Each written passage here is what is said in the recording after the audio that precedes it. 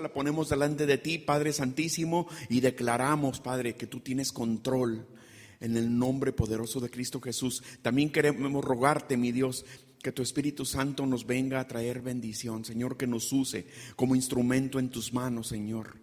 Quiero rogarte, Padre Santísimo, que pongas un carbón encendido en nuestros labios y que podamos hablar palabra tuya poderosa, Señor, para la gloria de tu santo nombre.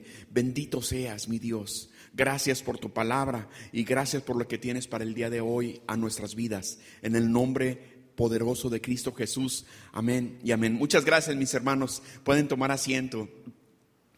Hermoso este estudio de Génesis, versículo por versículo, y realmente bendito sea Dios que usted está aquí y que puede nutrirse con esta hermosa palabra. Tenemos por aquí nada más una pequeña presentación para dar muestra, nada más hacer un pequeño recorrido de los últimos capítulos que se han visto para entrar en este capítulo que tenemos el día de hoy, ¿verdad? Nada más para recordar, tenemos en el capítulo 37 de Génesis, que es lo que se veía en las últimas semanas. Ahorita van a poner una pequeña presentación ilustrativa donde se va a mostrar cuál es el contenido para que seamos recordados, ¿verdad? En el capítulo 37 del libro de Génesis, donde hablaba sobre José, cómo es que José había mostrado ante sus hermanos, ante su familia, que el don que le había dado el Señor sobre los sueños y cómo le estaba dando una revelación especial a su vida. Y después de todo, por situaciones de envidia y todo, fue vendido a un pueblo extranjero y fue llevado a Egipto. Esto habla el capítulo 37 del libro de Génesis. Y posteriormente habla en el capítulo 38 del mismo libro de Génesis sobre Judá y Tamar. Judá cuando tuvo, vamos a ver aquí la presentación, sí, Judá y Tamar, cuando Judá se percibió que había sido viuda la nuera de Israel, o sea, de Judá, perdón. Y entonces, como algún día ella se presentó ante él para poder tener descendencia de su sangre misma, ¿verdad? Y esa es la bendición, y cómo ella después se rebeló porque se había ocultado como una mujer en la calle, desconocida, y se entregó a él, y después quedó embarazada, ¿verdad? Tuvo una procreación en su vientre, y después se reveló que ella era la mujer que había sido viuda, la que había sido mujer de su hijo. Entonces este fue uno de los estudios que estuvimos viendo recientemente, y de ahí pasamos al capítulo 38 del libro de Génesis. También había sido donde José había sido un sirviente especial, un sirviente en el pueblo de Egipto, en la casa del, digamos, podríamos decir, del secretario de defensa, ¿verdad? Del pueblo de Egipto, y cómo José trató de ser seducido por la mujer de este varón, de este hombre principal del pueblo de Egipto. ¿Ves la siguiente lámina, mi hermano, si es tan amable? José 39. Entonces la mujer había tratado de seducirlo. Era la esposa de Potifar, precisamente, y cómo José huyó realmente del pecado, huyó de esa situación, y después ella lo acusó y fue a dar a la cárcel porque ella lo acusó falsamente por venganza de que no había hecho caso de su seducción. Y hasta ahí llegamos en el capítulo 39, y hoy llegamos al capítulo 40, donde José realmente era un sirviente especial. Muchas gracias por las láminas en este momento. Vamos a ponerle hold. En este caso ya hablamos del capítulo 40, principalmente haciendo el mismo recorrido de la palabra de Dios, como José era diligente constantemente en todo lo que hacía, y dentro de la cárcel también había sido muy diligente, de manera que le dieron toda la confianza, decía el capítulo 39, le dieron toda la confianza para hacer las actividades especiales dentro de la cárcel misma. Inclusive Dios lo bendecía en todo lo que hacía. Y ya yendo al capítulo 40 del libro de Génesis, yéndonos al versículo por versículo, capítulo de Génesis 40, versículo 1, dice: aconteció después de estas cosas, es decir, después de esta narración que hicimos en un breve resumen, aconteció después de estas cosas que el copero del rey de Egipto y el panadero delinquieron contra su señor el rey de Egipto. Estamos hablando de una situación de un reinado en Egipto. Existía el faraón, existía el rey de Egipto, y nada menos que el copero y el panadero delinquieron, es decir, perdieron la confianza. No revela la palabra de Dios qué es lo que hayan hecho, pero sin embargo eran dos personajes importantes en las actividades del rey. Simplemente para entender, imagínense un rey cómo puede tener cuántas situaciones que le pueden perjudicar, cuántos enemigos escondidos pueda llegar a tener. Y pues uno de los hombres de confianza que tenía, el copero y el panadero, estaban perdiendo la confianza, estaban delinquiendo delante del rey. Y pues imagínense qué importante, quien le preparaba los alimentos, quien le preparaba las bebidas, estaban siendo objeto de la pérdida de confianza. Y qué importante fue ese hecho. Dice de manera que en el versículo 2, y se enojó Faraón contra sus dos oficiales, contra el jefe de los coperos y contra el jefe de los panaderos. Tanto fue su enojo que dice el versículo 3, y los puso en prisión en la casa del capitán de la guardia, en la cárcel misma donde José estaba preso.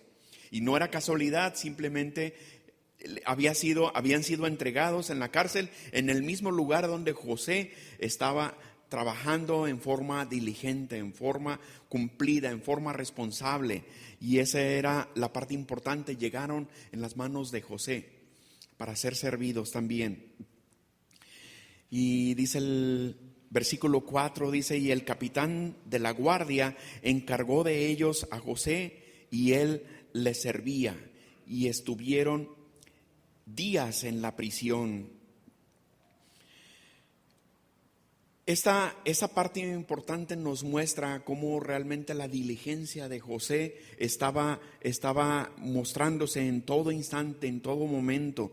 Y por eso decíamos, es la confianza que le habían dado a José para hacerse cargo de las actividades de la cárcel. Y José realmente para nosotros en esta parte es un ejemplo, como nos ha predicado precisamente el pastor, cómo debemos todos y cada uno en nuestras actividades cotidianas, en nuestras actividades seculares, mostrar realmente una diligencia, mostrar una actitud verdaderamente, no como sirviendo al hombre, sino como sirviendo a Dios. Dice Colosenses capítulo 3, versículo 23, y todo lo que hagáis, hacedlo de corazón, no como para servir a los hombres, sino como sirviendo a Dios, sirviendo al Señor. Y realmente esta es una actitud que debemos mostrar cada uno de nosotros en nuestras actividades. Algunos de una forma, otros de otra. Yo en lo personal pues estoy sirviendo en una compañía transnacional en el aspecto de las finanzas, en el aspecto contable y todo eso, y la verdad es que siempre tenemos que poner a Dios por delante.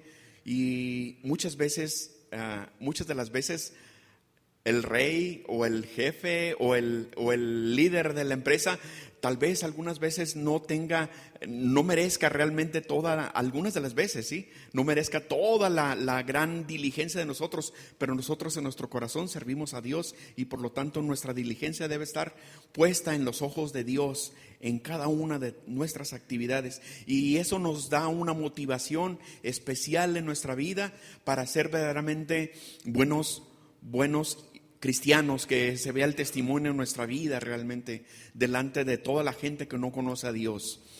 Y ese es un ejemplo que nos muestra José, a pesar de que estaba en la cárcel, a pesar de que estaba en un lugar de dificultad donde realmente cualquier persona diría: yo no quiero estar ahí definitivamente.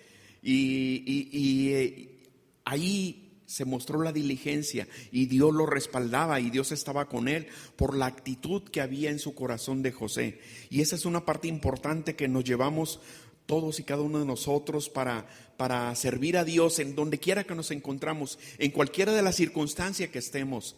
No importa que las circunstancias y el ambiente no sea apto, no sea fácil de llevar, pero Dios está con nosotros, así como estuvo con José en medio de la cárcel, en medio de esa dificultad. Qué tremendo, ¿no? Que podamos tener ese ejemplo dentro de la poderosa palabra de Dios.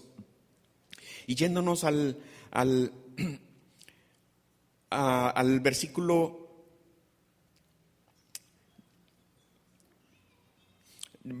4 dice: y el capitán de la guardia encargó de ellos a José, y él les servía, y estuvieron días en prisión, días nada más.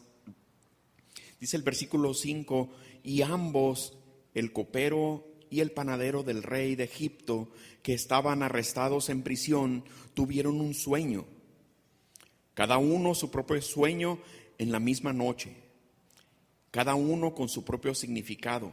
Dios puso en las vidas de cada uno de estos hombres, en medio de esa circunstancia que estaban en la cárcel, puso un sueño y pues obviamente ellos no conocían cuál era la interpretación de este sueño, cuál era la situación que se les estaba presentando, qué es lo que Dios les estaba tratando de decir. Y como era de costumbre, José estaba ahí sirviéndolos, como decía la misma palabra de Dios. El versículo 6, por lo tanto, nos dice: y vino a ellos José por la mañana y los miró, y aquí que estaban tristes. ¿Y cuál era la situación de su tristeza? Dice el siguiente versículo, el versículo 7: y él preguntó a ellos, a aquellos oficiales del faraón que estaban con él en la prisión de la casa de su señor, diciendo: ¿por qué parecen hoy mal vuestros semblantes?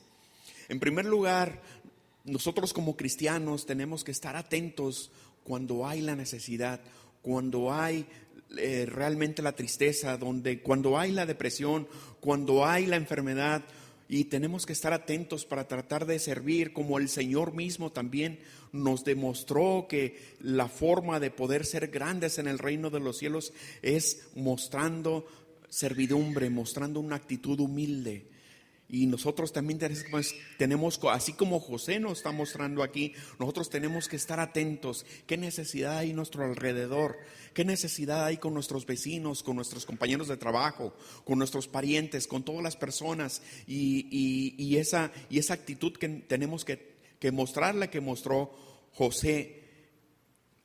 Primeramente, estar atentos a ver el rostro de las personas. ¿Y cómo es que pudo darse cuenta José? Porque estaba dispuesto a servirles y estaba atento a sus necesidades, y pudo ver la tristeza en sus rostros, y por lo tanto con esa seguridad pudo preguntarles. Y vino, dice, y aquí que estaban tristes.